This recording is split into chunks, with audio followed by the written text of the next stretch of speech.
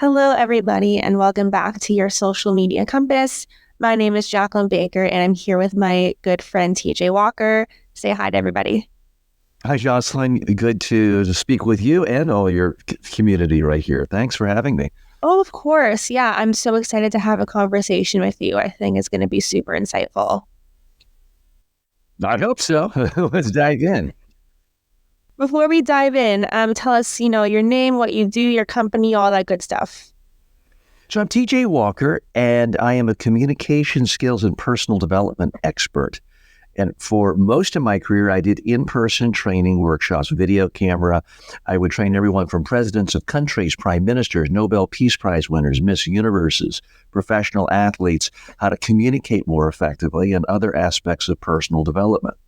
And then I got into online course creation. I now have 2 million students worldwide.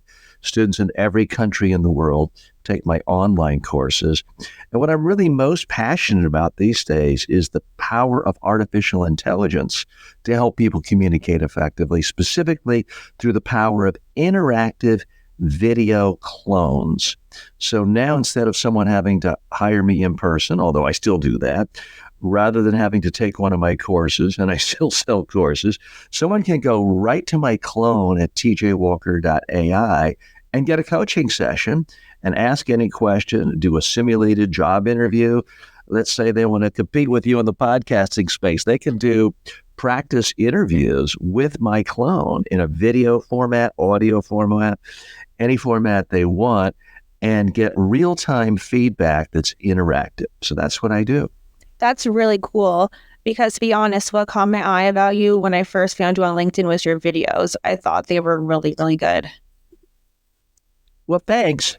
But I'll be honest with you. I mean, I know you help people with social media. I'm not particularly successful in social media. I've had YouTube channels. I had one taken down many years ago. I do publish 3 videos a day on 8 or 9 different social media platforms. And it's not like I have tens of millions of views. I have less than 20,000 subscribers on my YouTube channel. My strength has been in actual courses. I'm on the Udemy platform with more than 2 million students, but I'm on about 100 different platforms. And that just seems to be where I connect with people the most. And that's worked out for me. So the social media videos and YouTube, it's great for staying in front of an existing client. It's great for getting the attention of someone like you, as it does generate requests for podcast interviews. But I think it's really about consistency. So many people say, well, I want to be Gary Vaynerchuk or Elon Musk in 3 weeks. Otherwise, I'm going to give up on social media promotion. It doesn't quite work that way. You can still be really successful without being successful by traditional metrics in social media. I completely agree with you because you could have, 10,000 followers and make twice as much money as someone who has 100,000 followers. You can have 100,000 followers and make 0. Yeah.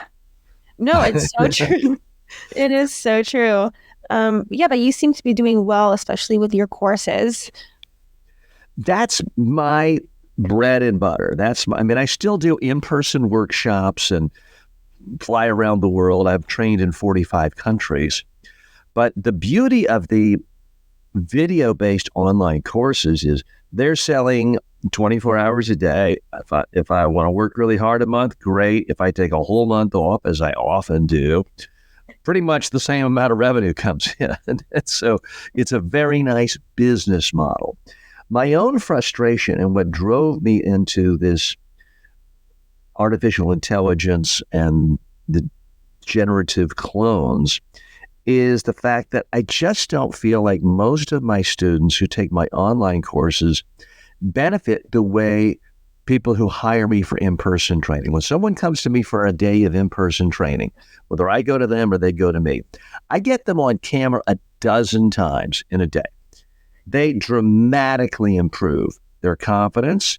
They also dramatically improve their skills, and it's visible to them. They can point to the screen at the end of the day and say, wow, if I'm half as good as she is, I'm going to be the star of the podcasting industry or the star on CNN. And so it's very rewarding to them and to me. The problem is most people cannot afford 5 figures to pay my fee and fly to me and for me to fly to them. The online training is very inexpensive in comparison, but it's a passive experience. People are watching video of me and I'm giving great tips, but they have to listen to me, my agenda, follow my table of contents. And most of them do not record themselves and practice on video and send it in for critiques, even though it's a part of every course. So what drove me to creating clones is the fact that it's instantly interactive. Someone can just go to tjwalker.ai, push the button, I see them, or my clone sees them, they see me, and they can just say, hey, I'm going to go on Jaclyn Baker's podcast in 2 days. I'm nervous. Can you rehearse with me? And my clone can actually rehearse with them right then and there. So it's much closer to the traditional high-end interactive one-on-one experience. So that's what drove me to creating these artificial intelligence digital clones. Amazing. Remind me, how many people are in your course again? I have more than 2 million students in my online courses. I have more than 250 online courses that relate to communication skills and personal development skills. That is honestly incredible. No, that's amazing. How do you market them? Like, how do you get people to sign up for them? So a part of it is by being a massive failure for years and years and years. I started in the online training business in 1998. I mean, I did my first in-person training in 1984. So I've been doing this for 40 years. So I've been doing it a while. I started online training in 1998, and it turns out way too early. I lost hundreds of thousands of dollars for the first dozen years. It really wasn't until about 2015 that the online courses kicked in, and then they really got better around 2017. Then the pandemic hit, and it just skyrocketed. Really, everyone who had a firm base in the digital retail world, Amazon on down, did very well during the pandemic. So a part of it is just being in there long enough, experimenting enough. You know, I've had a couple of dozen international bestsellers that have done extremely well. That's the good news. The bad news is I have a couple hundred courses that did fairly poorly. So my secret to success is I've simply been willing to start earlier, start and stay at it longer without any positive rewards, and to fail more frequently. And I liken it, and I'm certainly no Pablo Picasso, but I do liken it to Picasso in that one of the reasons he was so successful, by some measures the most successful artist of the 20th century, is he simply created more art. He created 50,000 pieces of art during his lifetime. And so many people, not your listeners, of course, but the average business owner, entrepreneur, subject matter expert, author, you know, they'll try a podcast, they'll do 7 episodes and say, oh, this doesn't work because I'm not as big as Joe Rogan now. So they just quit. Or they write one book and it's not instantly a bestseller. And they say, oh, that was a waste of time. And they don't go deep enough and really learn all the nuances of a particular medium, whether it's, you know, going deep in YouTube or I've never personally gone really deep into Twitter, but the people who got in early and spent a lot of time, many of them have made fortunes because they invested that time and they got nothing for the first 6 months, a year, sometimes the first 5 years. It takes a while. I won't say nobody. Very few people are overnight successes. No, I cannot agree with you more. Like, even myself and my business, it took around 3 or 4 years to get really comfortable. And I worked like every day, you know, not 9 to 5. It was more like 8 a.m. to 8 p.m. Yeah, and that's the unglamorous part, that when you see all these get-rich-quick emails come in, you know, write an international best-selling book this weekend, and everyone is selling that it's quick and easy. If it were quick and easy, no, everyone would be rich and famous. And even the people who seem absurdly young and are successful, if you scratch the surface, that 17-year-old who's a YouTube billionaire, you scratch the surface and usually you see, well, they did 18 different formats and they started when they were 10 and they had no audience their first 5 years. I mean, that's kind of the Mr. Beast story. No audience at all for 5 years, posting daily videos. Yeah, he became really, really successful, but it was not some instant overnight or even the first year or the first 2 years. It was constant experimentation. Definitely. Even like this podcast, like this is super new and I'm learning new things constantly, like whether it be the editing, the distribution, just topics to film, all that good stuff. And I know, hopefully a year or two from now, I could do all of this in half the time. But right now I'm just taking my time and, doing what I can to make sure I'm doing this right. Well, good for you. You're in the arena. Because most people say, oh, I'm going to start a podcast next month. 8 years later, oh, I'm going to start a podcast next month. Once I research on the best mic or once I figure out the best camera, there's always some excuse. And quite often, if it's anything to do with audio, video, it's really about insecurity of how you look and sound. Now, your audience can't see me, but I sometimes can pass for younger than I am. And my wife and daughter will say, yeah, you can pass for 60. Well, I'm 61 and a half. Nobody cares what I look like. My hair is less than perfect. I have wrinkles. Some say I have beady eyes. Nobody cares.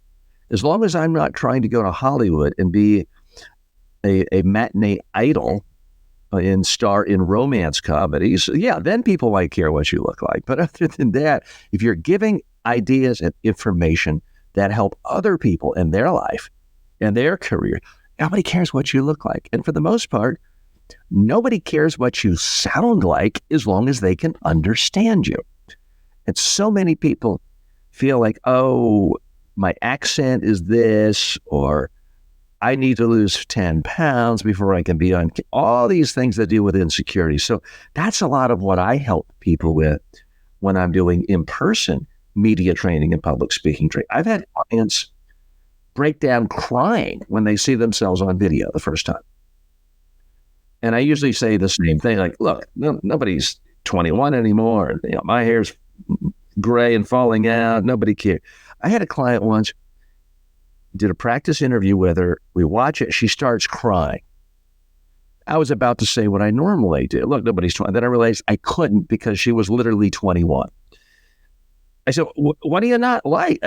I can't stand the way I look. I can't stand the way I sound. She was Miss Universe, and she still didn't like the way she looked or sounded. And she looked great, and she sounded great. So if you're not completely thrilled with every aspect of how you look or sound, you're in good company. For most people, it's just a matter of getting used to it. Mm-hmm. And the more you watch yourself, the more you listen to yourself, you can start to see yourself the way the rest of the world does. We all can look at a mirror or look at a video of ourselves and notice something we don't like about our nose or our eyes or our hairline or something. The rest of the world just doesn't really care as long as you're giving them some value. Yeah, and it's so interesting because sometimes I'll edit episodes and I'll think that my voice sounds, not so great. And then I'll edit a different episode that I filmed maybe 2 hours later, and I think my voice sounds fantastic. Well, your voice sounds fine to me. I always tell people there's basically 3 types of voices in the world. There's the sort of voice where it's so incredibly distinctive, interesting, mesmerizing, 1 out of a million. These people can sleep till noon, roll out of bed, go down to the network studio, record a promo for a major movie or a major car company, get $1 million check and go to the beach. That's 1 out of 10 million people. I don't have that voice. That's the top 1%. There's another bottom maybe 0.01%, where the voice is so annoying, so grating, so irritating. People hear your voice and they run the other way. They jump up balconies to get away from you. That's maybe 0.001%. There's another 98.99999% of people where their voices are like mine or like yours. No one's going to pay us $1 million to do an ad. Nobody's going to run away from us. It's simply a tool for communicating. And the big problem most people have with their voice isn't the quality of their voice. It's because they're a little nervous or scared. They start speaking quickly and they get monotone, or they speak too softly because they're nervous. And then people can't understand you. But that's not a problem with your voice. That's a problem that you didn't rehearse and you didn't build a comfort level and you didn't practice on camera. And those are easy problems to fix, which is one reason why people take my courses or buy my books, or they go to tjwalker.ai so they can practice and get feedback. You're absolutely right. Like, I notice for myself when I'm nervous, I talk very fast and I kind of not stutter, but it's hard to get the words out. That's common. It would be weird if you didn't. The problem with speaking too quickly is people associate it with being nervous. And we don't want that. If you're trying to sell your service and you're confident about it, the last thing you want to do is project that you're not confident. So the key is not faking it till you make it. The key is practice in a low-stakes situation. When I first started, to practice and get feedback on your voice and how you look was difficult and time expensive. You had to hire a local TV reporter or camera operator to come record you. These days, all anyone has to do is pull out their cell phone, record themselves on video, or just a memo record, and you can hear your voice. Practice it again and again and again until you like how you sound. And the easiest problems to solve are speaking too softly and speaking too quickly, because they both send a signal to people that you're nervous, uncomfortable, and maybe they shouldn't believe in you because you don't believe in yourself. Yeah, practice, it makes such a difference because the amount of calls I do now versus what I did in the beginning has at least gone up by 50%. Yeah, no, it's amazing. So now when I go into calls, I'm a lot more confident than I was even, 1-2 years ago. Great. Keep it up. What advice would you give to someone who's super nervous about public speaking? Well, I can give you the 30-hour version or the 10-second version. I literally have a 30-hour course, the complete public speaking course. They go through that, they're really going to have confidence. But I'll give you the 10-second version. Practice any speech you have on video. Watch it. Keep doing it until you like what you see. 10 seconds. That solves every single problem. When people are nervous about speaking, it's completely irrational because there is an excellent chance you're going to be incredibly boring. Let's face it, most speeches are boring. There's a good chance you're going to be awful. There's a good chance and this is contrary advice from what a lot of public speakers say. They're all like, oh, you're going to be fine. You're wonderful as is. Well, no, let's get real here. Most public speakers in the world are boring and awful. So acknowledge that. And the fact that you're nervous is completely rational. If you haven't seen a video of yourself speaking, you don't really know how you're coming across.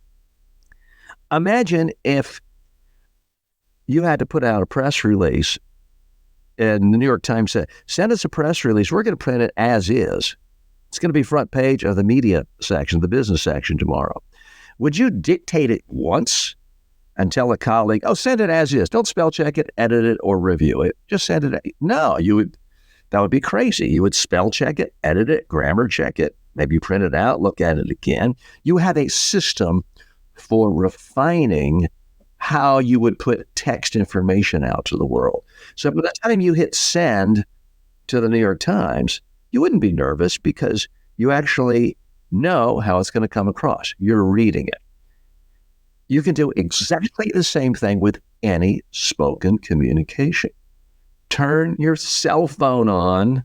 It's not like people don't know how to find the cell phone or turn it on, and record it, put the camera on or use your webcam.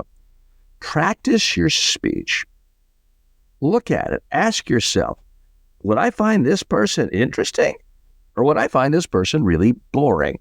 99% of my clients, when they do this the first time with the speech they were going to give next week, I said, well, what did you think of it? What's your reaction? Typically the reaction is, wow, TJ, that video is really boring. I wouldn't want to watch that. And I have to turn to them and say, well, you seem like a pretty smart person.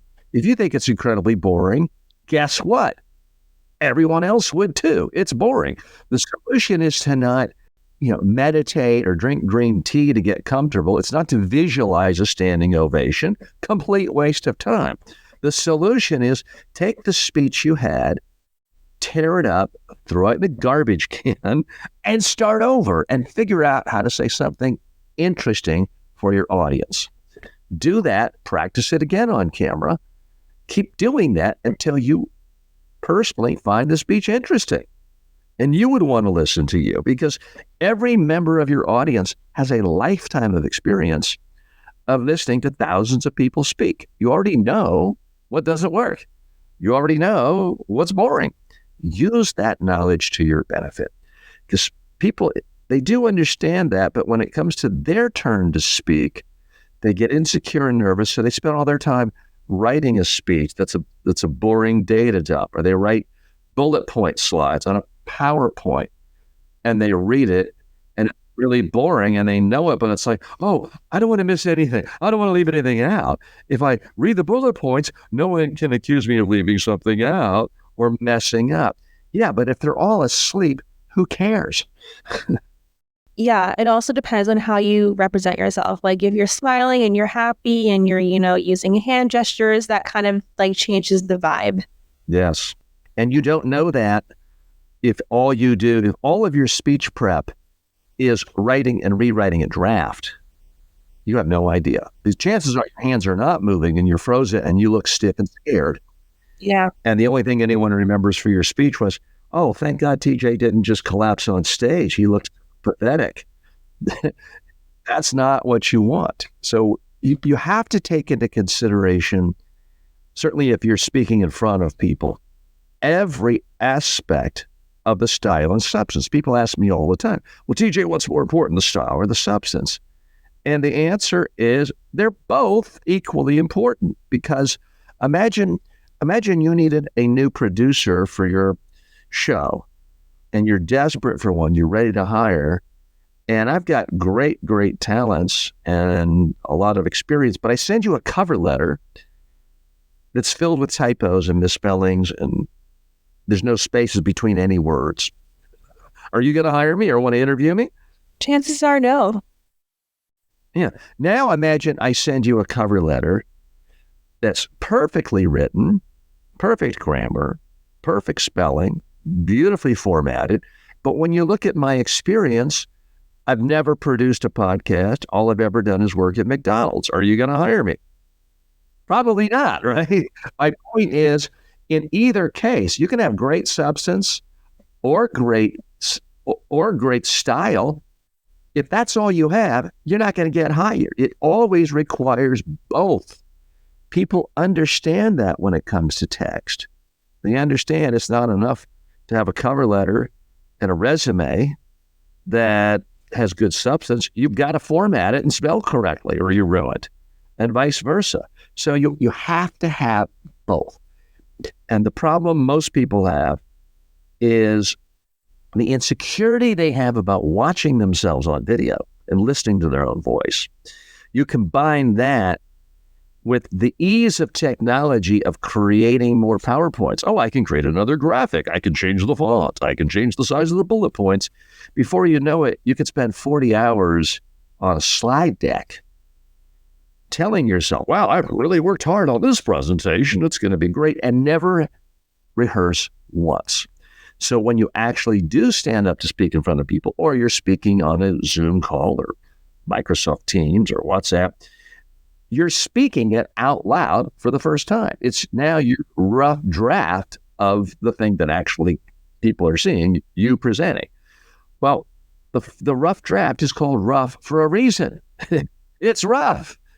So that's the biggest problem I find. It doesn't matter if it is the CEO of a Fortune 500 company, because I work with them. It doesn't matter if it's a president of a country, and I work with them, or if it is a 21-year-old who is just giving a presentation for a job interview for the first job. Is they spend all of their time thinking about what to say, the words and message, and they don't actually rehearse so they can see how they look and sound and how it comes across to someone listening to them. Exactly. I filmed I guess you could say like a mini commercial for my website around a couple months ago. It was only a minute. It was very basic, very easy. But I think I must have rehearsed that 1 minute script for hours and hours and hours. And I'm glad I did. Okay. And when you rehearsed, did you audio record it or video record it or just speak it out loud? At the time I didn't. I just did it like around the house. I would just say it out loud in different kind of tones and stuff like that to kind of, just get used to it. Okay, so there's a certain value to that. People often ask me, should I practice in front of a mirror? I say no, because if you're practicing in front of a mirror, you can't actually be in the moment focused on the message and analyzing your speech at the same time. And it's too easy to get preoccupied with, hey, is there a divot in my nose? Is my face crooked? You're far better off recording it. That way you can practice on just making the ideas come alive, being conversational. Then you can go back and watch it. Because if you're trying to practice it out loud and learn, you're multitasking. Human beings are horrible at multitasking. We all think we're great. We're all horrible at it. So if you practice and you record yourself, you can just focus on practicing. Then when you're watching it, you can really analyze it, because it might not feel that good when you're doing it. But then when you see, oh, wow, that's really coming across well, it's kind of a very different impact on you. Sometimes something makes perfect sense when it's in your head and you're saying it because you remember the script. But when you're hearing it, you realize, if someone just hears it that way, it's going to be very confusing. So I do strongly recommend that you practice on video, even if it's just let's say a phone call interview or a podcast voice only. There's still so much benefit you can get by watching it on video. Yeah, because I've never done that, but now you really inspired me to start trying that.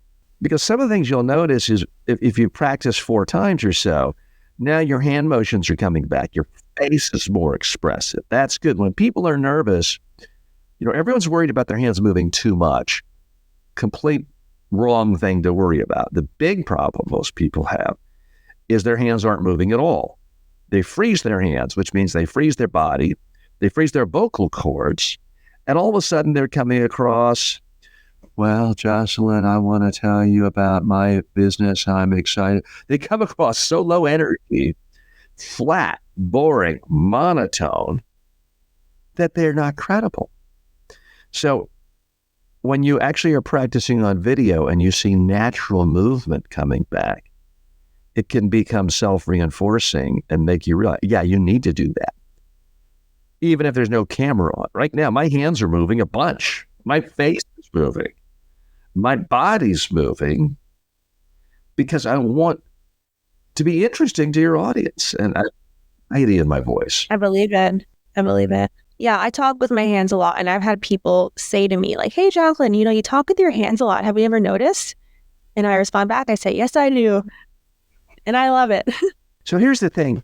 Everyone in the world talks with their hands when they are comfortable and relaxed. Because oftentimes when I'm doing public speaking training or media training with executives from major corporations or authors or experts, I will secretly record them during the day of training.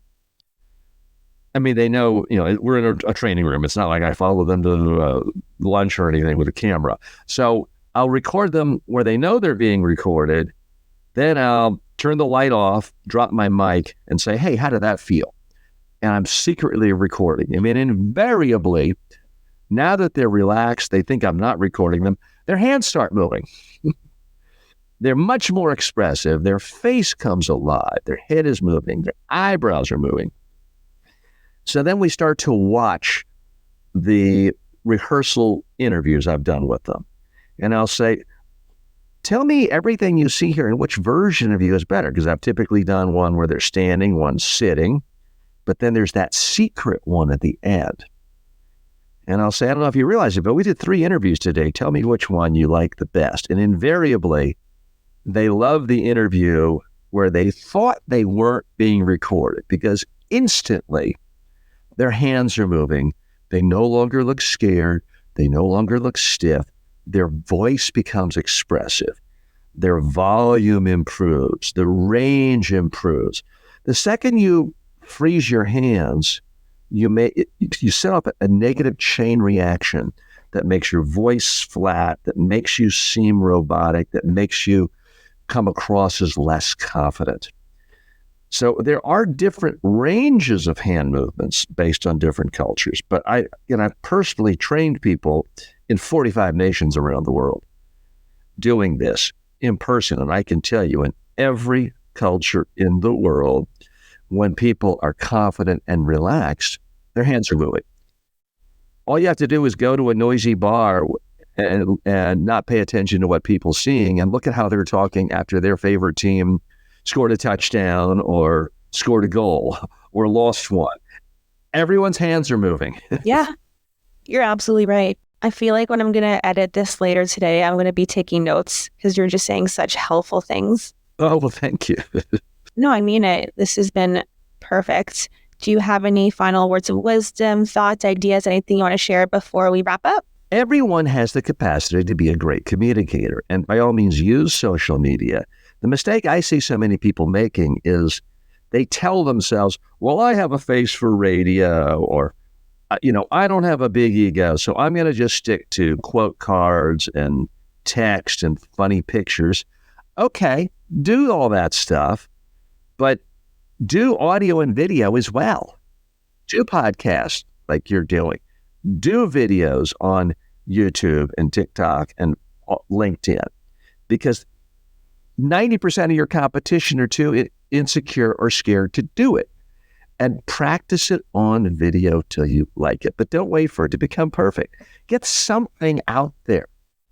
Something beats nothing. Anyone can become a better presenter and a better communicator, because then when you pack in your ability to create images and text and photos with your ability to speak on camera where people can see you in video, hear your voice, you're infinitely more powerful than people who don't want to use their voice and their face on video. And if you want to get better, I've got a free solution for you. You can just go to tjwalker.ai and start practicing with my AI video clone, and it can give you detailed feedback. It can give you feedback on your background if you're doing an interview from a home office. It can give you feedback at that level and on your messages. So go ahead and rehearse at tjwalker.ai. Oh, I definitely will. I'm going to clear my calendar this afternoon, so you know what I'm going to be doing. Great. Yeah. What is the best way for people to get in touch with you? The best way is to go to tjwalker.ai and speak right away to my clone. It could be 3 a.m. You're not going to wake me up. So start speaking to my clone for free at tjwalker.ai. And there's contact information there. My email, social media is all on the website as well at tjwalker.ai. Awesome. Yeah, definitely get in touch with TJ. He is fantastic. And I hope that you learned a lot. I definitely learned a lot today. And I'm excited to implement all these new strategies for upcoming podcast episodes, speeches, all that good stuff. So I really appreciate you taking the time. Thank you. Yeah, of course. Thank you so much to everyone for listening. I hope you have a great rest of your day. And all of TJ's information will be in the show notes. So I highly recommend checking out his site and his socials. He has really great videos on there. I think you would all like them. Until next time, I will see you all in the next episode. Bye, everybody.